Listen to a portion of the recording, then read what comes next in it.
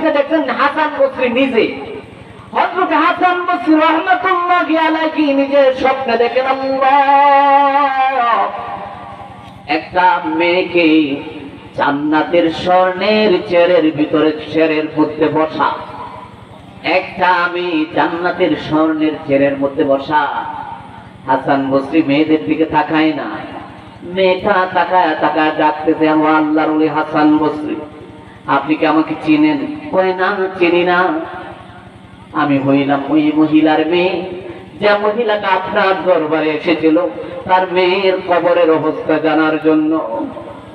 হাসান বসরি রাহমাতুল্লাহি আলাইহি ডাক দিয়ে বলেন, মা, তোমার মাথা বলছে তোমার কবরে জাহান্নামের আগুন দাও দাও করে জ্বলছে, আমি তো দেখি তুমি জান্নাতের স্বর্ণের চেয়ারের মধ্যে বসা, এটার ব্যাপার কি?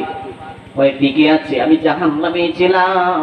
আজকে সকালবেলা একজন আল্লাহর ওলি আমাদের গুরুস্থানের পাশে দিয়ে হেঁটে যায়, আমি সহ এই গুরুস্থানের মধ্যে 70টি কবরে আমার মতো জাহান্নামের আগুন দাও দাও করে জ্বলতেছিল। আল্লাহর ওলি গুরুস্থানের কিনারা দিয়ে যখন হেঁটে যায়, আমাদের কবরের দিকে নজর পড়ে, দুরূদ শরীফ পড়ে প্রাণ ভরে আল্লাহর কাছে একটু দোয়া করে দিলেন।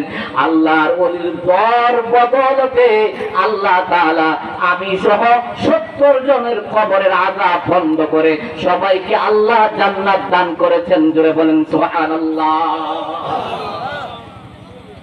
কি বলেন, আল্লাহর ওলিদের কারামত সত্য না মিথ্যা? আরো জোরে বলেন। একদল বের হয়ে গেছে, মাজার ভাঙা শুরু করেছে আল্লাহর ওলিদের। কথা বলেন ঠিক কিনা?